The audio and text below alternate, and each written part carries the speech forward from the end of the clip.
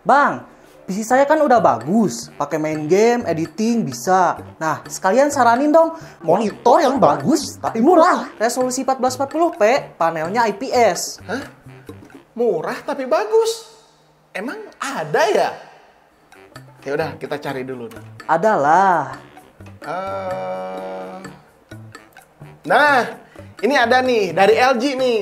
32GP850 ya, 1440p, panelnya IPS ya. Pokoknya bagus deh. Harganya sekitar hampir 7 juta ya, 6,7 jutaan. Gimana? Waduh, mahal banget. Gak ada yang lain, Bang, yang lebih murahnya. Hah, dasar netizen. Pengen yang murah tapi bagus ya. Aduh. Memang keinginan-keinginan netizen tuh suka agak aneh-aneh gitu. Ya udah, saya cari dulu apa ya. Nah, ini dia. Ada nih dari AOC ya.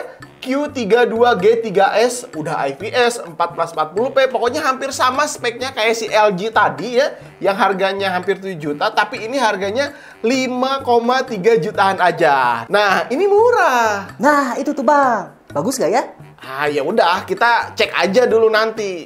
Kamu beli aja dulu barangnya, nanti saya cekin di sini gimana. Oke? Ya udah deh, beli aja itu. Siap. Bang, nih. Wah, cepet banget belinya ya. Oke, sekarang karena udah ada si monitornya, kita akan cek aja. Saya punya nih Spider X Elite ya. Kita akan cek dulu color gamutnya pakai Spider X ini biar lebih akurat. Beneran nggak nih klaim yang diberikan oleh AOC itu sebagus yang disebutin di speknya atau di webnya? Jangan-jangan cuman gimmick aja kan bahaya gitu ya. Oke, sekarang kita akan aja tes ya pakai si Spider X Elite ini supaya datanya lebih akurat. Nah, karena pengujian ini membutuhkan waktu yang lama, nanti sekaligus saya akan kasih langsung data analisisnya. Kalau misalkan kurang bagus, sekalian kita akan langsung kalibrasi supaya hasilnya lebih bagus lagi gitu. Oke, let's go.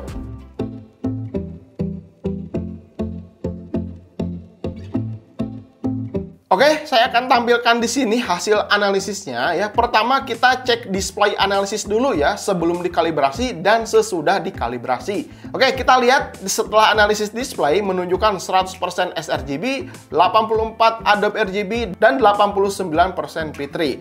Hasil ini bawaan dari pabriknya si monitor AOC ya. Dan setelah dikalibrasi hasil yang sebelah kanan kalian bisa lihat mendapatkan ada peningkatan masing-masing 1% dari Adobe RGB-nya, dari P3-nya, bahkan dari NTSC-nya ada peningkatan 1%. Ya kayaknya secara default aja monitor ini ya memang udah bagus ya. Oke, kita lanjut. Saya tampilkan tabel yang dihasilkan setelah display analisis tadi ya. Di sini terjadi beberapa peningkatan dan penurunan. Di bagian atas ini, hasil sebelum dikalibrasi ya, brightness-nya menyentuh 244,7 nits. Nah, setelah dikalibrasi, memang brightness-nya di sini turun. Ya, turun sedikit ya, jadi 241,2 nits. Tapi kontrasnya, kalian lihat di sini, ini naik ya, menjadi 740:1. Untuk standar panel IPS yang mendekati 1000:1 itu, warnanya yang paling akurat. Nah, ini lebih penting ya, harus diperhatikan. Dan untuk bagian white point-nya, ini meningkat ke 6300 Kelvin, mendekati standar putihnya di angka 6500K. Tolak ukurnya di sini poinnya yang mendekati 6500 Kelvin, nah itu yang lebih baik. Ya lumayan, ada peningkatan walaupun sedikit. Oke, lanjut lagi. Saya tampilkan tabel color uniformity di brightness 100%. Pengujiannya ini ya pas pindah-pindah alat Spider X-nya tadi ya. Di sini menunjukkan masih tetap warna paling rapi dan baik ada di pojok kiri, menunjukkan 0 ya. Dan lonjakan warnanya juga nggak terlalu signifikan, masih antara 2,4 sampai 2,6 delta E. Di samping kanan layar yaitu yang agak sedikit tinggi angkanya. Ini tuh jadi semakin rendah angkanya, semakin akurat si layar menampilkan warna. Jadi biasanya monitor-monitor yang kurang bagus, angkanya tuh bisa melonjak dari 0 sampai ke 6, ke 7, ke atas gitu ya. Nah, hasil analisis sebelumnya dan sesudah kalibrasi, ternyata di monitor ini masih mirip-mirip aja. Berarti ini termasuk baik ya untuk si layar ketika menampilkan warna.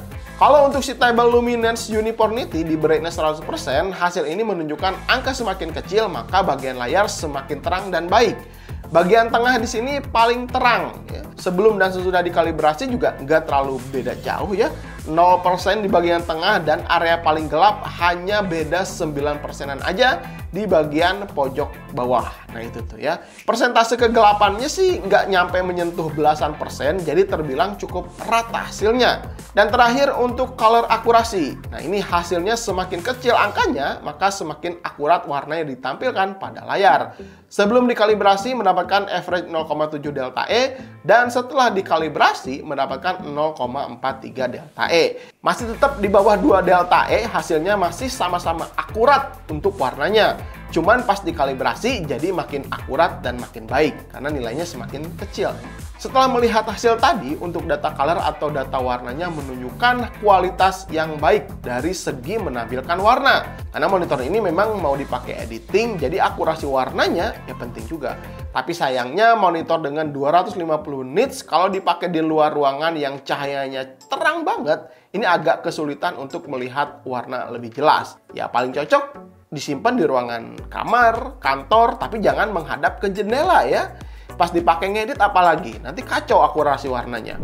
Oke, sekarang kita akan pindah ke bagian bodinya ya. Mulai dari kaki nih ya. Modelnya ini huruf X, tapi belakangnya kecil. Di bawahnya ini ada plat metal, jadi kan berasa kokoh untuk menopang layar 32 inch dengan berat 6 kg.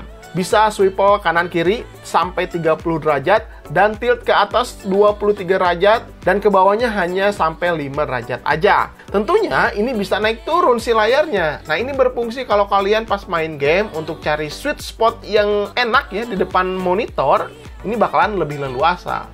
Pergerakannya mulus, nah gitu kan, nggak tersendat-sendat, nggak keset gitu ya, pokoknya sip lah ya. Kalau dilihat dari belakang, ciri khas AOC polet merah ini selalu hadir ya. Dan tampak depan hanya ada logo AOC di tengah.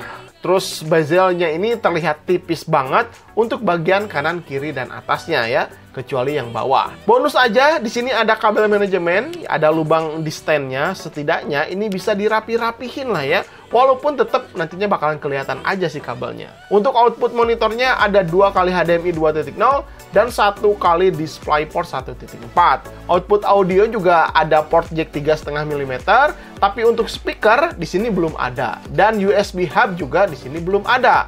Terus satu lagi, ya ini sayangnya ya, untuk tombol OSD belum menggunakan joystick, jadi masih tombol per tombol ya di bawah logo AOC. Jadi kalian harus terbiasa dulu kalau mau setting-setting profilnya. Kadang saya juga salah pencet ya karena baru pakai pertama kali si monitornya. Jadi harus terbiasa dulu. Terus untuk menunya mah hampir sama dengan monitor AOC lainnya. Jadi saya nggak terlalu banyak bahas fitur-fitur si monitornya ya. Untuk si AOC Q32G3S ini ya, spek singkatnya tuh punya resolusi 1440p, panelnya IPS dengan refresh rate 165 Hz, respon time-nya 1 millisecond untuk mendukung gaming, support FreeSync, dan G-Sync compatible. Oh iya nih, untuk di paket pembeliannya sudah dikasih 1 kali DisplayPort ya kabelnya, terus ada kabel power, buku manual, buku garansi. Nah ini jangan hilang, karena AOC Indonesia kasih garansi sampai 3 tahun. Nah, gimana menurut kalian setelah tadi melihat data analisis warnanya ya? Setelah dicek oleh Spider X Elite ini, ternyata hasil yang dikeluarkan setelah tadi data analisis yang menggunakan alat ini menunjukkan bahwa panel yang ada di monitor Q32G3S ini cukup baik. Cukup akurat warnanya. Jadi kebutuhan ya teman saya yang di awal tadi ya untuk gaming ini bisa. Untuk editing juga warnanya udah bagus. Jadi sesuai dengan klaim yang diberikan oleh AOC bahwa si panel IPS ini cukup bagus gitu ya.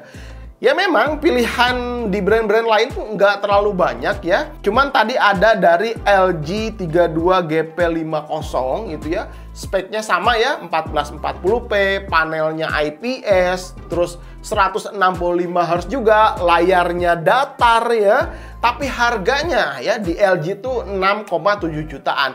Tapi, nah ini dia dibanderol di harga 5,3 sampai 5,6 ya. Saya lihat di e-commerce tuh ya beda toko, beda harga, ya beda selisih sedikit. Yang pasti tentunya ini jauh lebih murah lah dibandingkan LG ya. Jadi ini bisa masuk kategori yang kemauan teman saya tadi di awal ya. yang murah tapi bagus. Gitu. Oke, gitu aja teman-teman. Kalau misalnya kalian punya saran dan kritik, silahkan tinggalkan saja di kolom komentar. Sampai ketemu di video berikutnya. Saya Randy Adha, Sekilas IT. Assalamualaikum warahmatullahi wabarakatuh. Salam teknologi.